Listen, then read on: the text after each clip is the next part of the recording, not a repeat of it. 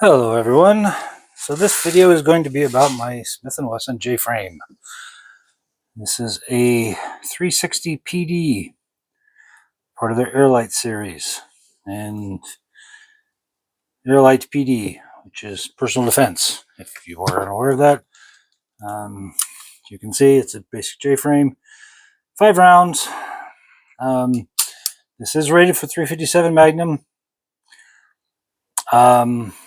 I have fired 357 Magnums through this. A friend of mine gave me some. They were actually his hand loads back during the time of COVID when I could literally find no 357s. So he handed me a box.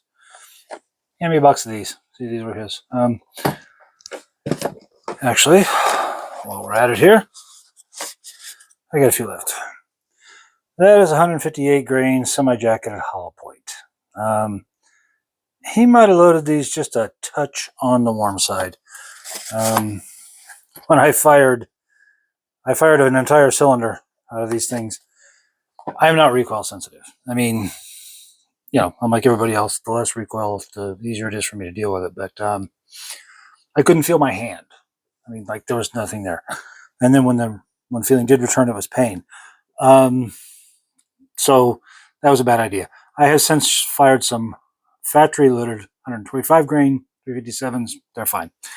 I don't actually use those.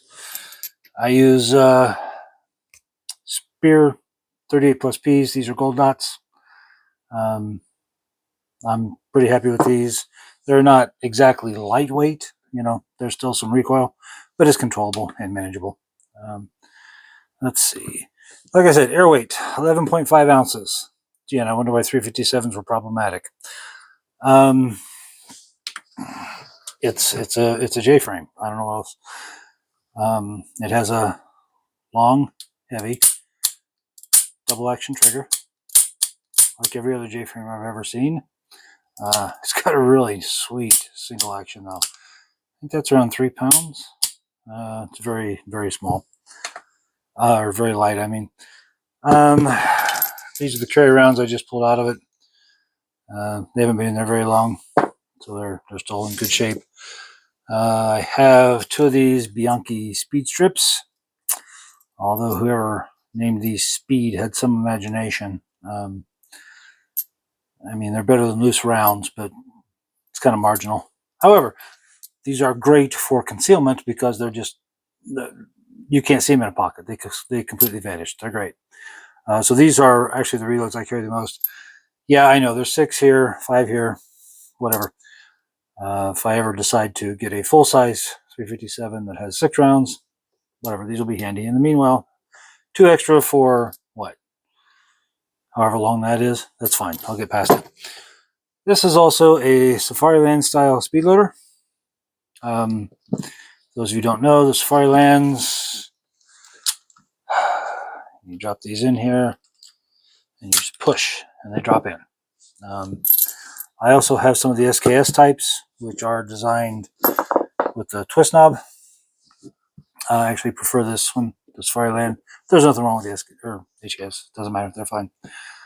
You can see the cylinder swings out, nice and clean, spins easy. The cylinder is one thing. This is made of what? Scandium, I think, which is titanium alloy, I believe. One thing I haven't seen anybody else's review of this is, so when you reload a revolver, you're holding it like this, and then putting these in or dropping your speed loader in or whatever else you're doing or feeding in single rounds. You're holding this with your left hand. After about 3 cylinders of this thing, you're not going to do this. This is bad. I don't know. Maybe you guys up in the Great White North wouldn't have this problem.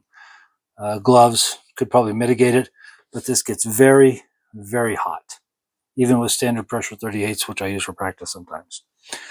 The rubber grip is good at taming recoil, which, like I said, it needs. Other than that, it's a J-frame. It vanishes inside a pocket. Just 1 second here.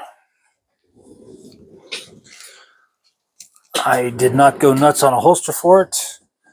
I think this is a Barsony. It's a $15 or less holster. I picked it up off Amazon. That goes in my pocket. This is covered. That's not going to pull the trigger, and especially like I said, that's a trigger. That is not a lightweight trigger. Which for a pocket gun, that's fine. I don't really want a lightweight trigger in my pocket gun. I want something that's going to take some pressure to pull off. I honestly usually use this left-handed. This goes in my left pocket a lot. And rattlesnake season, first 2 rounds will be these CCI shot shells. I don't know if they're still $20. I bought these during COVID, but they're not cheap. They're pretty straightforward. 38 shell. Got stuff here. Expands, kill snake, no problem. At least at close range. And if it's at long range, I'm not going to shoot the damn thing anyway. I'm going to go the other way. I'm a big fan of you don't bother me and I won't bother you, whether it's people, snakes, or wasps, or whatever, what have you. In any event, oh yeah, the sight. I can't remember. They call this high visibility front sight. It's a fiber optic. It's orange. It's cool. The one thing you do have to be careful with these things, the rear sight is just this groove. There aren't a lot of what you might call adjustments here. So you have to be careful with your ammunition selection. You have to pick something that will hit roughly your point of aim at whatever distance you feel is appropriate. Honestly, at 5 yards, I almost everything I fire hits at 5 yards. These are actually good up to about 15. At 25, they're a little low, but that's fine. But that's the thing. With something like this, non-adjustable sights, you have to know where the rounds are going to hit, and if it's past a certain point, you're going to have to do the compensation because you can't adjust the sights. But that's just the nature of non-adjustable sights. In any event, big fan of this gun. I do like the lightweight for my pocket. It's 5 rounds of these plus Ps are more than sufficient, I think, for most situations I'm going to find myself in.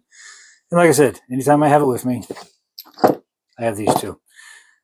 But whatever you choose to do, I practice reloading these on a regular basis, even though I think they're a pain in the ass.